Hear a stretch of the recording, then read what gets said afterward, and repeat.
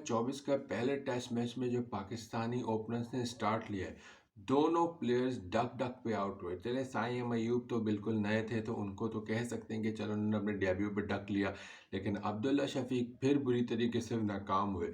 और ये साफ नज़र आ रहा है कि अब्दुल्ला शफीक हो, सऊ शकील हो, ये वो बैटर्स हैं जो कि सिवाय पाकिस्तान के या एशियन पिचेस के वो कहीं नहीं चल सकते। अब्दुल्ला शफीक फिर एक बार नाकाम नजर आए और सिफर पे आउट हुए। पाकिस्तान का जब स्कोर सिफर था तब अब्दुल्ला शफीक आउट हो चुके थे। फिर पाकिस्तान का स्कोर 4 रन था, यानी कि साइम अयूब आउट हो गए थे, यानी कि साइम अयूब भी सिफर पे आउट हुए। बहुत नाम सुना साइम अयूब का भी, लेकिन जो गलती उन्होंने की उसी वजह से वो आउट हुए। और फिर उसके बाद पाकिस्तानी बैटिंग कोलैप्स करती चली गई। बाबर आजम एक बार फिर नाकाम हुए और शान मसूद भी सही नहीं चल सके। हालांकि शान मसूद को एक अच्छा मौका मिला था जब वो नो बॉल थी मिचेल स्टार्क की और वो बच गए थे, लेकिन शान मसूद भी नाकाम हुए। सऊद शकील फ्लॉप हो गए। तो पाकिस्तान की टॉप ऑर्डर बैटिंग फिर से नाकाम हो गई। मैं शान मसूद को ब्लेम इसलिए नहीं दूंगा कि ये दूसरी बार ऐसा हुआ है कि ओपनर्स आउट हो रहे हैं और शान मसूद यानी कि मिडल ऑर्डर पे शान मसूद और बाबर आजम पे प्रेशर पड़ रहा है और इतनी खतरनाक बॉलिंग कर रहे हैं, चाहे हेजलवुड हो, मिचेल स्टार्क हो या पैट कमिंस हो, इवन इवन मिचेल मार्श तक इतनी खतरनाक बॉलिंग कर रहे हैं। सऊद शकील के जो शोल्डर पे बॉल लगी है, वो सऊद शकील ही जानते हैं कि वो कितना खतर उनको पेनफुल था। कि साफ टीवी पे नज़र आया कि जब उन्होंने बुलाया था तो रब करने के लिए भी अलाउ नहीं हो रहा था कि इतनी उनको तकलीफ हो रही थी। तो इतने ताबड़तोड़ हमले किए हैं ऑस्ट्रेलियन बॉलर्स ने पाकिस्तानी बैटर्स पे कि पाकिस्तानी बैटर्स एक्सपोज होकर रह गए।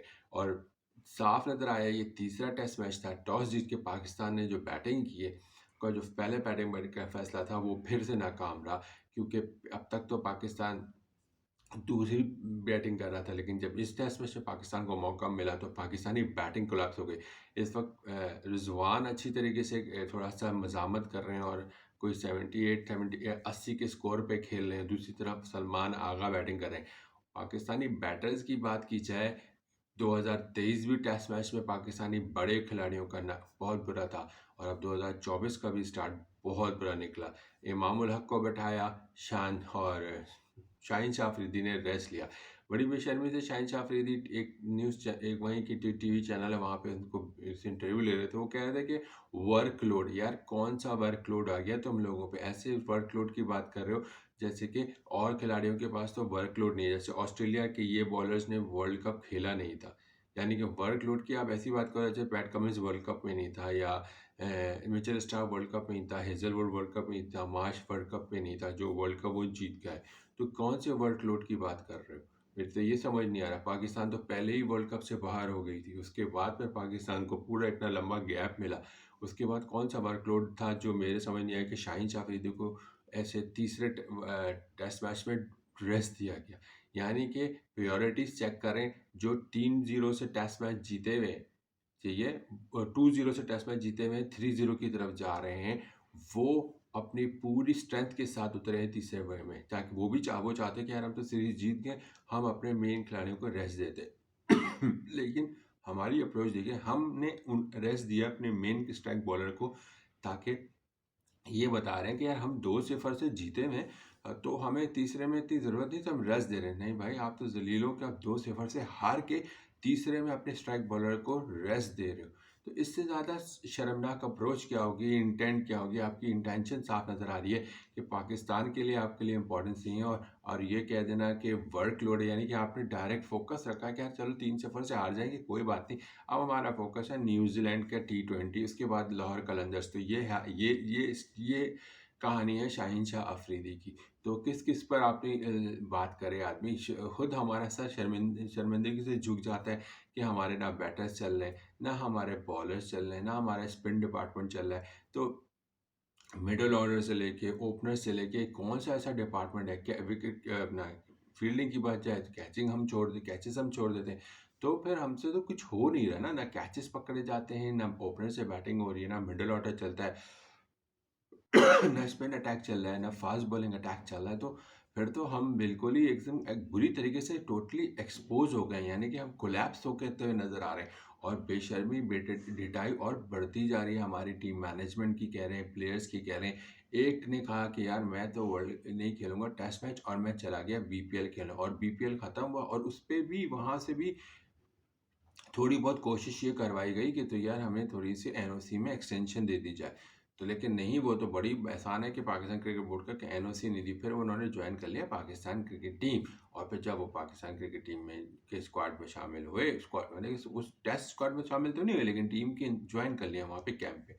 और उसके बाद फिर शाहीन शाह अफरीदी साहब भी ने भी रेस्ट ले लिया। तो अब किस किस से आदमी क्या क्या क्या क्या शिकवा करे।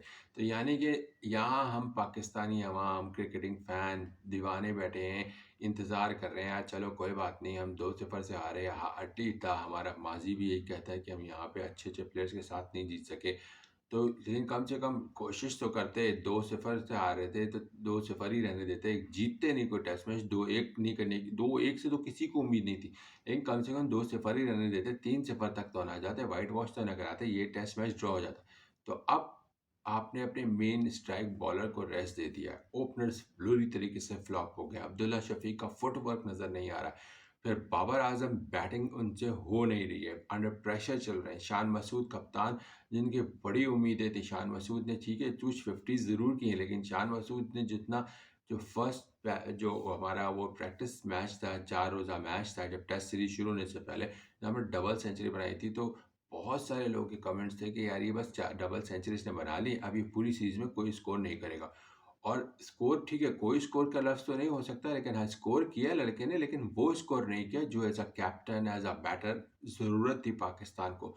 तो यहाँ शान मसूद भी फ्लॉप हुए हैं, और मैं कुछ जगहों पे मुझे नज़र आया कि शान मसूद पे प्रेशर आया। ज़ाहिर है जब बैटिंग फ्लॉप होगी तो शान मसूद पे प्रेशर तो आएगा। शुरू में इमाम स्लो खेले, अप्रोच गलत नज़र आई तो प्रेशर आया, तो स्कोर करना था, तो शान मसूद ने थोड़ा स्ट्राइक रेट बढ़ाने के कोशिश में फिर वो आउट हो गए।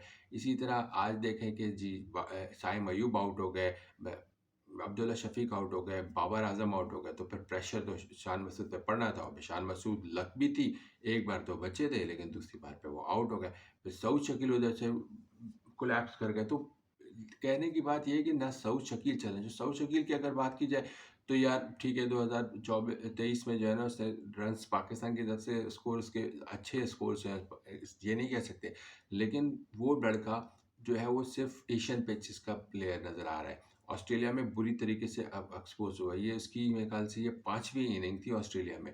और वो बिल्कुल जैसे कहते हैं ना कि ना कोई फुटवर्क है, ना कोई वो जो जो सऊद शकील दिखता है एशिया में बैटिंग करते हुए, वो सऊद शकील यहाँ नहीं नज़र नहीं आ रहा। यानी कि जहाँ बाउंसी ट्रैक होगा ना, जहाँ सीम स्विंग हो रहा होगा वहाँ पे, और पेस के साथ आ रही होगी बॉल, वहाँ सऊद शकील साहब परेशान होंगे। बाउंसर पड़ेगी तो वो बाउंस नहीं खेल पाएंगे, बाउंसर नहीं खेल पाएंगे।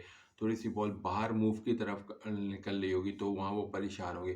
तो सऊद शकील यहाँ पे एक्सपोज हुए हैं। और यहाँ पाकिस्तानी बैटर्स ने जो स्टार्ट लिया 2024 का, मुझे ये उम्मीद नहीं थी कि बैटिंग करने के टॉस जीत के बैटिंग करने का फैसला जब किया आपने, तो आप कम से कम विकेट पे ठहरते। अभी यह पहला दिन था, पहले सेशन में ही 5 विकेटें गिनवा बैठे, जो कि बहुत ज़्यादा शर्मनाक बात है पाकिस्तान के लिए कि अभी पूरा टेस्ट मैच पड़ा है और आप पहले सेशन में 5 विकेटें गिराना, अपनी खो देना, ये समझ नहीं आ रहा। और ऑस्ट्रेलिया के हाथ में अपनी 5 विकेटें दे के सुकून से जाके जो है वहाँ पे बैठ जाना ड्रेसिंग रूम में कि यार बस अब मैं तो आउट हो गया। तो ये एक बहुत बात है कि अभी साइम अयूब नया लड़का है, ठीक है, नए लड़के, नया डेब्यूटेंट, प्रेशर होता है, आप आउट हो गया, अपने ये समझ में नहीं आया कि उस बेचारे को भी खिला दिया, उस बेचारे के करियर में भी एक एक पॉइंट लगा दिया कि पहला मैच डक चला गया।